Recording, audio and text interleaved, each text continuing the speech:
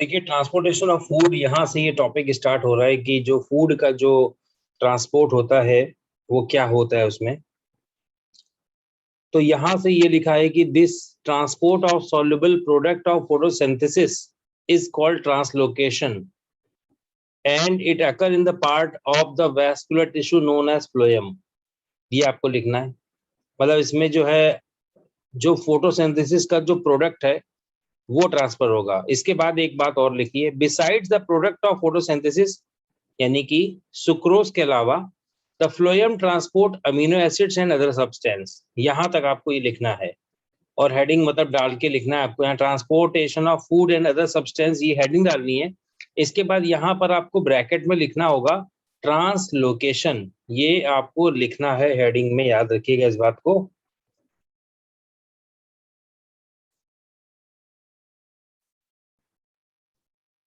Translocation. फिर उसके बाद आपको जो अभी मैंने आपको बताया वो करना है, जो ब्रैकेट अंडरलाइन मैंने किया था। अच्छा ठीक है भाई। इसके बाद अब क्या होगा यहाँ पे, अब हम मेन टॉपिक को रीड करेंगे कि क्या होगा यहाँ पे। यहाँ जो लिखा हुआ है कि unlike the transportation in the xylem which can be largely explained bye a simple physical force, the translocation in phloem, यहाँ से लिखना स्टार्ट करना है आपको।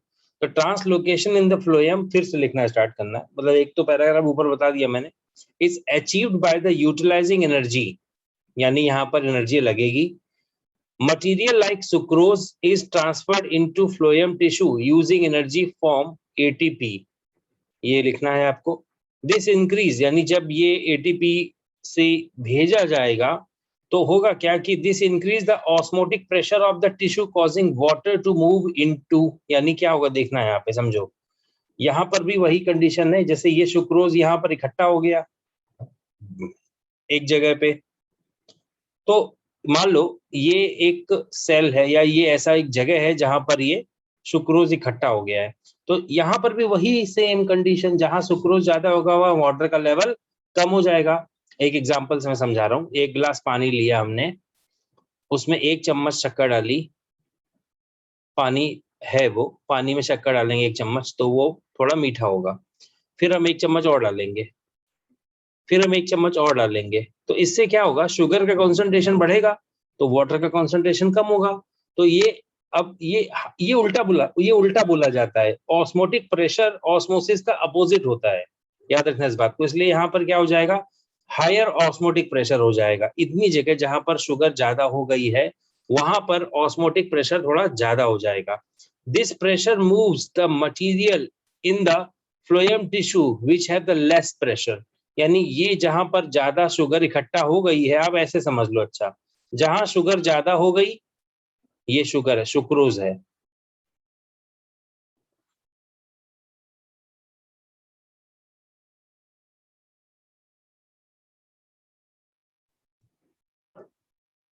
एक मिनट,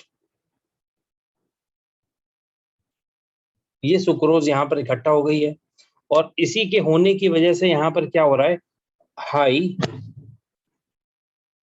हाई ऑस्मोटिक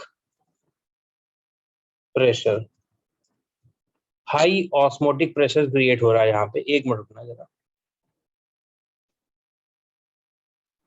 तो जब यहाँ पर हाई ऑस्मोटिक प्रेशर क्रिएट हो रहा है, क्योंकि यहाँ पर सुक्रोज ज्यादा हो रही है इस जगह पे, और अब इस जगह पर वाटर अंदर आएगा, यहाँ पर वाटर भी अंदर आएगा उसी जगह पे, क्योंकि वो उस प्रेशर को नेगेटिव करेगा। तो अब यहाँ से ये सुक्रोज मूवमेंट करना चालू कर देगी, ये जाना चालू कर देगी। किस तरफ जाएगी ये, जिस तरफ लो ऑस्मोटिक प्रेशर पाया जाएगा। याद रखिएगा, यहाँ पे ये शुगर का ट्रांसफर होने लगेगा, वाटर वहां पर रश करेगा, तो वो लो ऑस्मोटिक प्रेशर एरिया की तरफ को ट्रांसफर होने लगेगी यहाँ पे। तो आपको ये सब कुछ अगर थोड़ा सा डिफिकल्ट लग रहा है तो आप इसको सिंपल लैंग्वेज में लिख सकते हैं। इतना यहाँ पे, यहाँ से इतना ही लिखना है आपको। मटीरियल यहाँ से भी लिख सकते हैं, material like sucrose is transferred into the phloem tissue using energy from ATP. This increase the osmotic pressure of the tissue causing water to move it. This pressure move the material in the phloem tissue which have less pressure. This allow the phloem to move material according to plant's need. बस आपको इतना ही करना है। जैसे कि spring season में क्या होता है, शुगर स्टोर हो जाती है रूट और स्टेम में, और याद रखना स्प्रिंग सीजन जब मतलब हमारे लीफ वगैरह गिर जाती है सारी प्लांट की, तो जो स्टोर हो जाती है शुगर कहाँ पे, रूट में और स्टेम में स्टोर कर देते हैं वो लोग अपनी शुगर को, और वो धीरे धीरे ट्रांसपोर्ट करते हैं। Would be transport to the buds which is needed to the grow, मतलब धीरे धीरे वहां से ट्रांसफर होना स्टार्ट होती है। तो ये वही चीज है जो मैंने आपको अभी समझाई, इसमें कुछ डिफिकल्ट नहीं है, बहुत आसान टॉपिक है। जो मैंने यहाँ पर हाईलाइट किया हुआ है मैंने, यानी यहाँ से लेके यहाँ तक, वैसे आप चाहें तो पूरा ही लिख सकते हैं, इसमें ज्यादा डिफिकल्ट नहीं है। आप एग्जाम्पल भी लिख दीजिए, बहुत अच्छा दिया गया एग्जाम्पल स्प्रिंग सीजन वाला, आपको अगर लिख देंगे तो आपको क्लियर हो जाएगा। तो ये फूड का ट्रांसपोर्ट का जो सिस्टम था यहाँ तक ही था, और ये आई होप आपको समझ में आया होगा।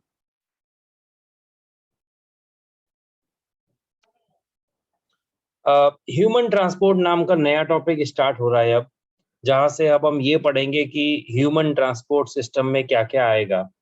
तो पहला कंपोनेंट है ब्लड, जो कि एक मीडियम का काम करता है चीजों को ट्रांसपोर्ट कराने के लिए, एक जगह से दूसरी जगह चीजों को पहुंचाएगा। ब्लड में जो भी कंपोनेंट हैं वो अपना अलग अलग काम करते हैं, हम उनके बारे में पढ़ेंगे। जैसे blood is a fluid connective tissue, इसमें क्या क्या होता है, इसमें सेल्स पाई जाती हैं, और सबसे बड़ा कंपोनेंट प्लाज्मा पाया जाता है। यानी इसमें क्या है, टाइप्स ऑफ सेल, यानी कि oxygen bearing cell RBC, disease fighting cell WBC, blood clotting या हमारा जो एक तरीके से बैंडेज कह सकते हो, जो हमारा ब्लड को रोकती हैं ब्लो फ्लो होने से, बाहर निकलने से रोकती है, अगर हम इंजरी हो जाए तो उसको प्लेटलेट्स कहते हैं। तो अभी ये सेल्स हो गई, अब हम ब्लड प्लाज्मा के बारे में सुनेंगे। The blood cells are the carried out through plasma, यानी कि जो भी प्लाज्मा में, या प्लाज्मा वो लिक्विड है या वो मैट्रिक्स है जो इन सभी चीजों को अपने अंदर रखता है।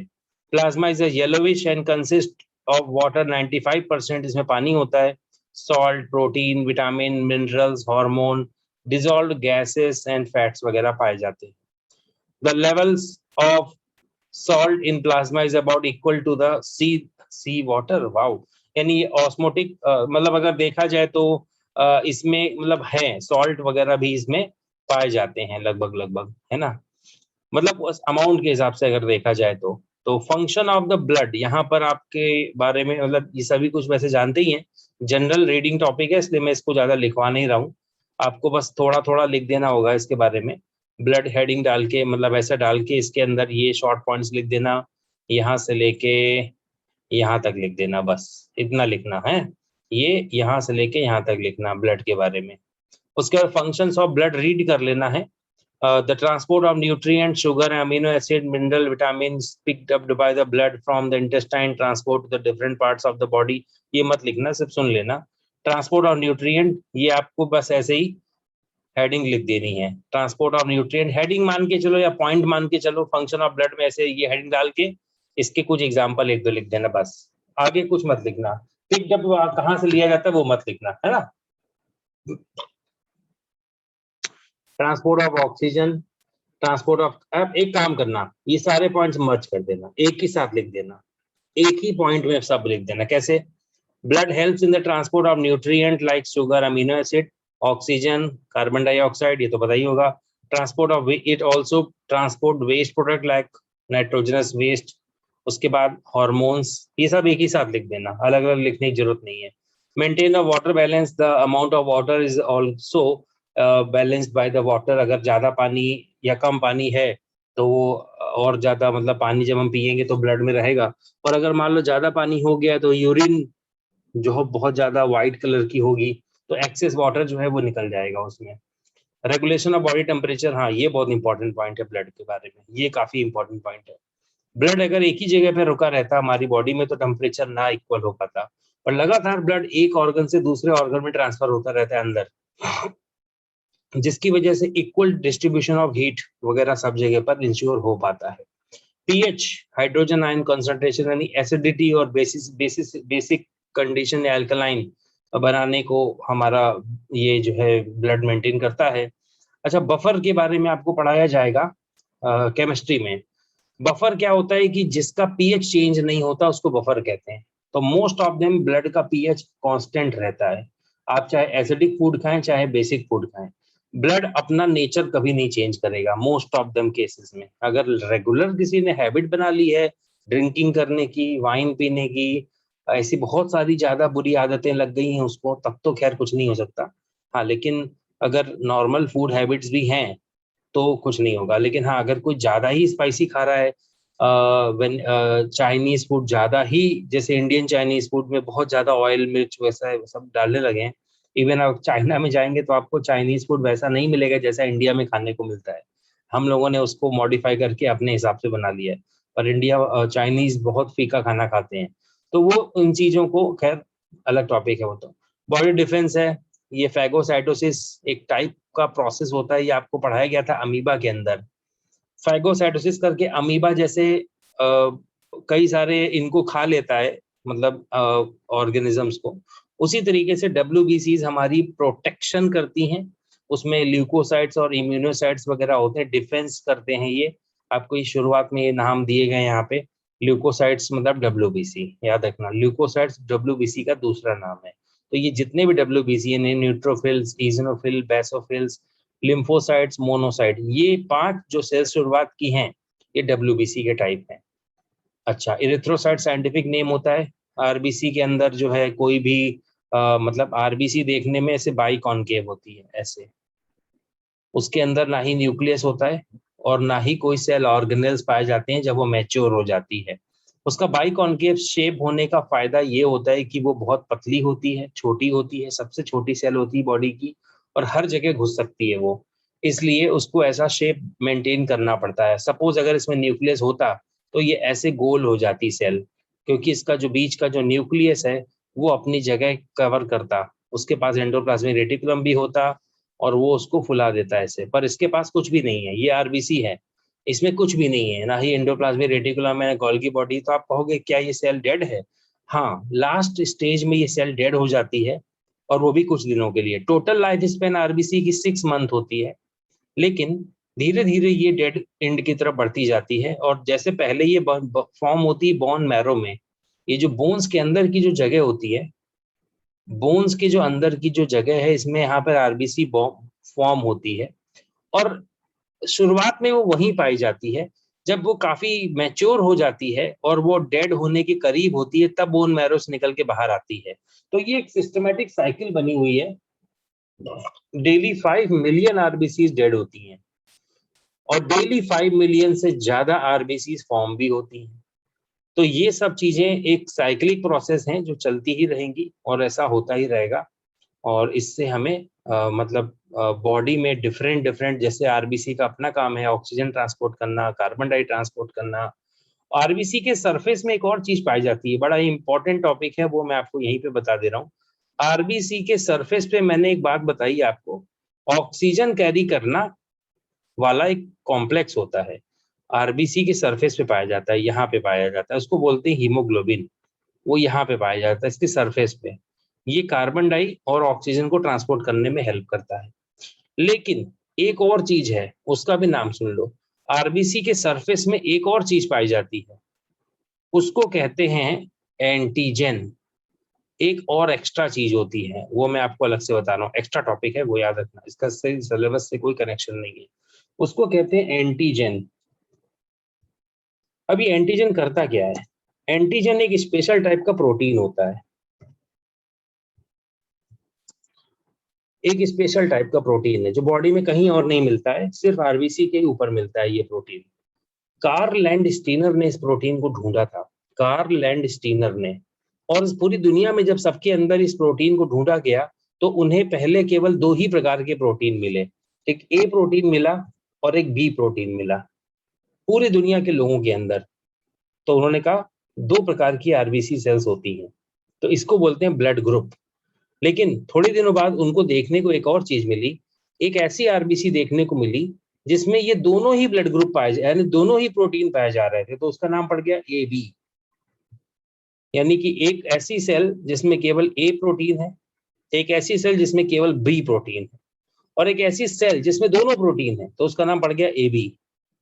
और एक और बड़ा ही आश्चर्यजनक डिस्कवरी हुई कई समय बाद में, मतलब इन्होंने कार्ल लैंडस्टीनर ने तो 3 ढूंढ के बात यहाँ पे खत्म कर दी, लेकिन एक और बहुत ही इंटरेस्टिंग खोज खबर शायद 8-9 साल 10 साल बाद हुआ।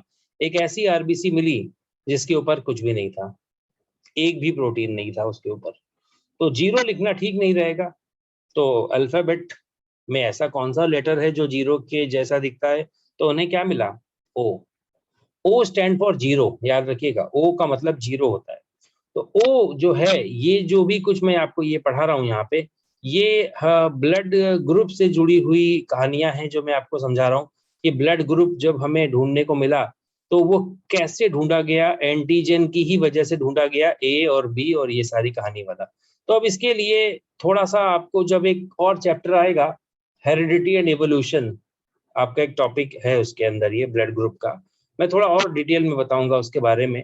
पर थोड़ा बहुत तो आप लोग जानते ही हैं कि ए वाला बी वाले से ब्लड नहीं ले सकता, बी वाला ए वाले से नहीं ले सकता, लेकिन ए बी वाला सबसे ले सकता है। क्यों? क्योंकि अब आपको पता चल गया, ए वाला ए से तो ले लेगा और बी वाला बी से भी ले लेगा, तो बचा ही कौन? तो ए वाला, फिर ए बी वाला किसी से भी ब्लड ले सकता है फिर तो।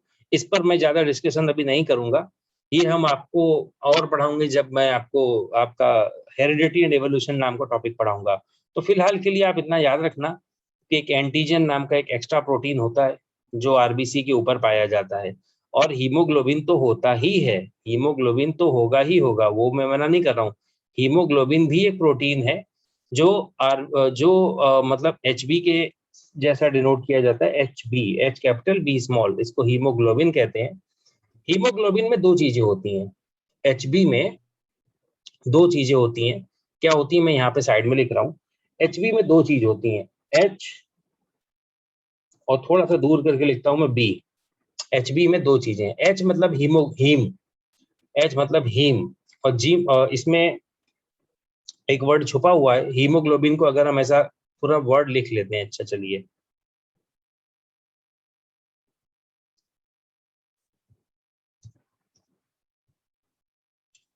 हीमोग्लोबिन लिख दिया हमने भाई यहाँ पे।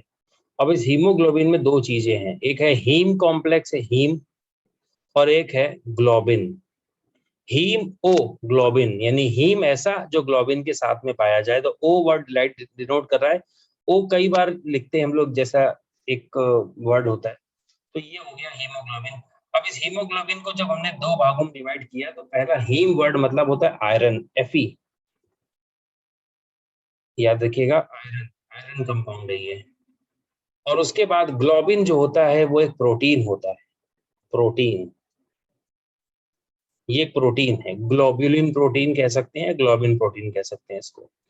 अब हमारे जो आपको लास्ट चैप्टर अभी मैंने आपको पढ़ाया है, कौन सा, डाइजेशन वाला, उसमें लीवर के बारे में जब आपको मैं पढ़ा रहा था, तो वहां पे मैंने आपको बताया था कि बाइल जूस बनता है लीवर के अंदर। अब उसका इससे कनेक्शन है, क्या कनेक्शन है? जब एक आरबीसी डेड होती है, जब एक आरबीसी डेड हो जाती है, तो उसके ऊपर का जो हीमोग्लोबिन है वो निकाल लिया जाता है, और वो हीमोग्लोबिन को दो भागों में बांट दिया जाता है। हीम अलग कर देते हैं, ग्लोबिन अलग कर देते हैं। तो ग्लोबिन को रिसाइकिल कर दिया जाता है, वापस यूज करने के लिए भेज दिया जाता है, बट इस हीम को हम छोड़ देते हैं लीवर में। मैं यहाँ पे नोट कर रहा हूँ, हीम यानी आयरन को भेज देते हैं लीवर में, और वो लीवर में जाने के बाद वहां पर और ज्यादा ब्रेक डाउन कर दिया जाएगा, लीवर में इसका और ब्रेक डाउन होगा वहां पे, और इसका ब्रेक डाउन करके हम इससे एक कलर पिगमेंट बनाएंगे। उस कलर पिगमेंट का नाम होगा bilirubin and biliverdin. Bilirubin and biliverdin, ये एक कॉम्प्लेक्स होगा जो इससे बनाया जाएगा, याद रखिएगा आप लोग इस बात को, बिलीरुबिन एंड बिलीवर्डिन। तो ये किया क्या जाएंगे, ये एक प्रकार के वेस्ट प्रोडक्ट हैं जो हमें इसी से मिले हुए हैं, हीमोग्लोबिन के ब्रेक होने से मिले हुए हैं, और ये वेस्ट प्रोडक्ट को लीवर बाहर फेंकता है, लेकिन हमारे लिए ये लीवर से निकल के गॉल ब्लैडर में स्टोर होके फिर हमारे डाइजेस्टिव सिस्टम में एंट्री कर जाते हैं, और वहां पर ये बाई प्रोडक्ट के रूप में यूज किए जाते हैं, और वहां पर ये फीसेस का कलर भी देने के काम आते हैं। फीसेस का जो कलर है वो इनसे दिया जाता है, और ये वजह है। मतलब ये मैंने काफ़ी हद तक आपको आरबीसी के बारे में डिटेल में समझा दिया, और ये रिकॉर्डेड लेक्चर भी है, अगर आपको चाहिए हो तो आप मुझसे मांग लेना, मैं आपको ये भेज दूंगा। तो ये तो हो गया सारी इन्फॉर्मेशन।